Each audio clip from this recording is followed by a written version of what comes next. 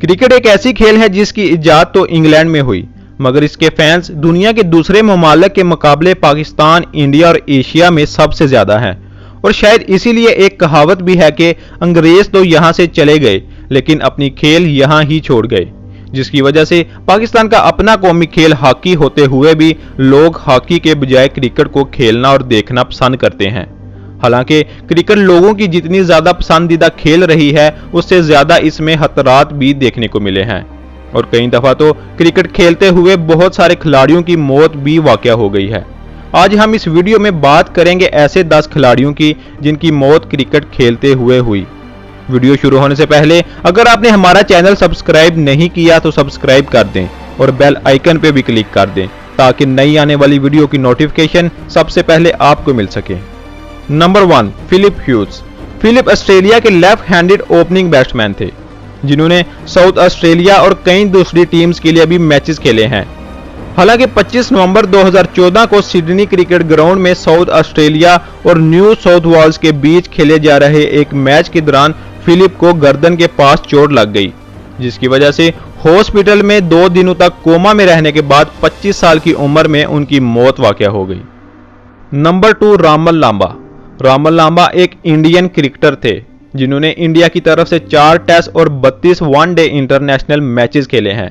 वैसे तो वो एक जबरदस्त बैट्समैन थे लेकिन कुछ मैचेस में वो बॉलिंग करते हुए भी दिखाई दिए थे।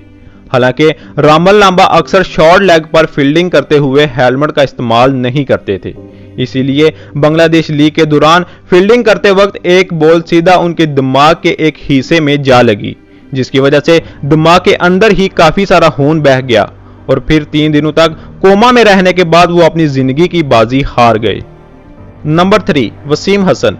वसीम हसन पाकिस्तानी नेशनल टीम की तरफ से 97 टेस्ट और 54 ओडीआई मैचेस खेलने वाले एक जबरदस्त खिलाड़ी थे। दरअसल वसीम एक क्रिकेटर के अलावा एक टीचर, मैच रेफरी और एक कोच के तौर पर भी काम कर चुके थे, लेकिन 54 साल की उम्र में सरी काउंटी क्रिकेट क्लब की तरफ से खेलते हुए एक मैच में उन्हें हार्ट अटैक आ गया, जिसकी वजह से वहां ही उनकी मौत वाकया हो गई। हालांकि वो अपने वक्त के एक शानदार लेफ्ट हैंडेड बैट्समैन और लेग स्पिनर थे। Number 4, Raymond van Schoor. Raymond South Africa के एक मुल्क नेबिया के क्रिकेटर थे और उन्हें उस मुल्क के सबसे बेहतरीन खिलाड़ियों में से एक माना जाता था, जो कि बैटिंग के अलावा विकेट कीपिंग भी किया करते थे और यहां तक कि उन्हें 2012 में नमीबियन क्रिकेटर ऑफ द ईयर भी चुना गया था। लेकिन 15 नवंबर 2015 को एक मैच में बैटिंग करते हुए हीट स्ट्रोक की वजह से उनकी मौत वाकया हो गई। नंबर 5, अब्दुल अजीज।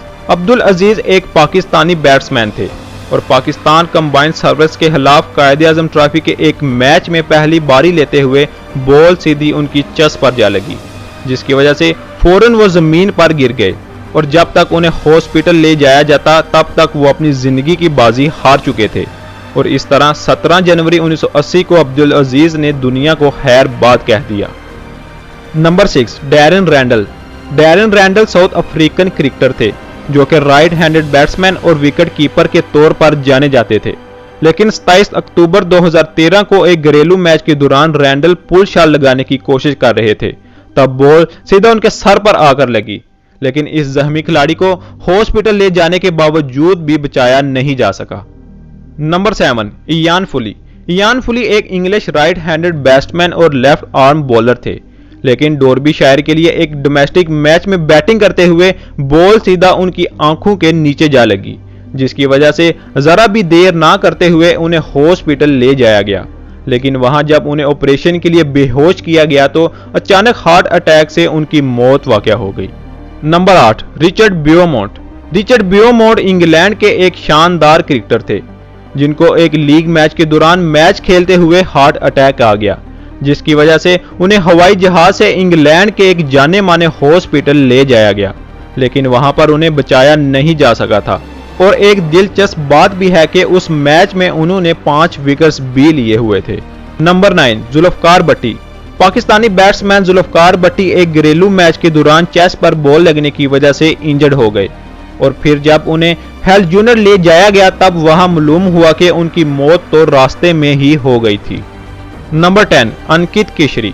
अंकित Keshri Bangladesh under 19 cricket team के कप्तान रह चुके हैं।